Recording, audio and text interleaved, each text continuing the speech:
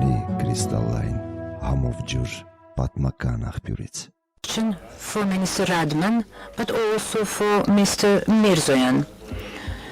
Can Croatia, as a country which has been through armed conflict, provide some special advice to Armenia, perhaps mediate in relations between Armenia and Azerbaijan?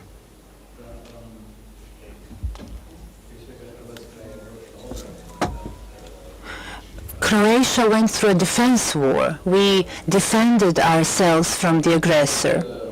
This is important to emphasize. In any case, Croatia managed to liberate its country and to establish a peaceful reintegration of the Podunavlje region.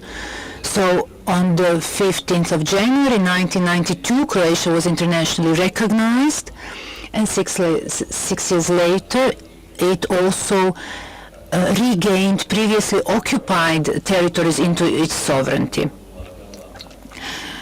After Oluya, after the storm campaign, Croatia invested effort into negotiations. It engaged in the talks in order to achieve peace and to restore previously occupied territories. This is Croatian experience, and it was lengthy. However, it ended in the best positive way. So this is really the only way to achieve a satisfactory or acceptable framework for a peaceful agreement.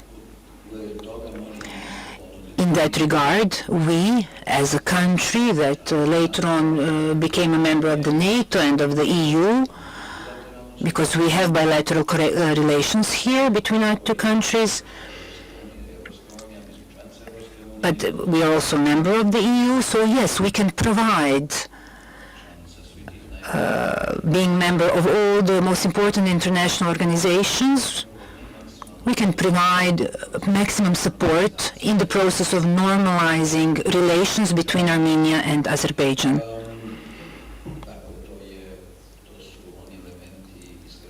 These are the elements that relate to building trust.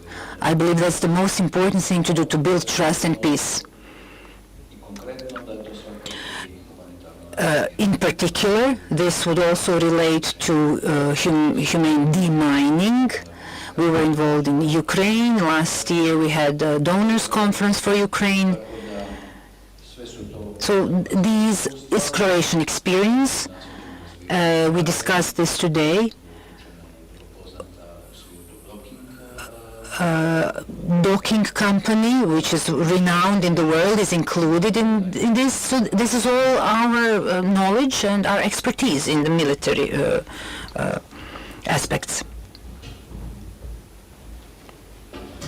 Well, thank you very much for the question and for your interest. As I said, Armenia is engaged in negotiations with Azerbaijan in good faith, and we are more than interested in establishing lasting peace in our region. We believe that this will be beneficial not only for the people of Armenia, but all the countries in the region. However, we see that our constructiveness sometimes does not meet the same constructive approach coming from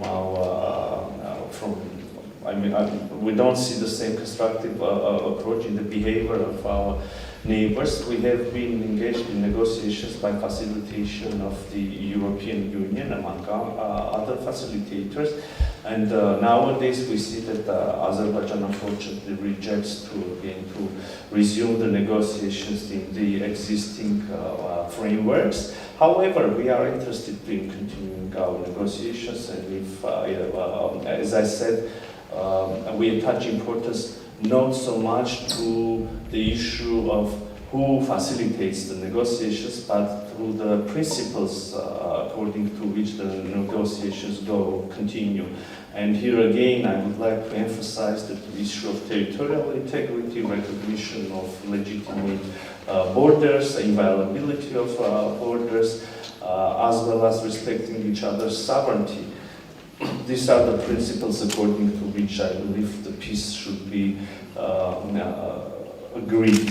When it comes to participation of Croatia or the European Union in general, I would like to express our appreciation that the EU and Croatia have showed in ensuring security in our region along the borderline. I already mentioned the EUMA, European Union's monitoring mission, but also I would like to express appreciation that Croatia and the other EU countries showed in the context of meeting the urgent needs of the refugees who had to flee Nagorno-Karabakh as a result of a military operation several months ago, since September 2020.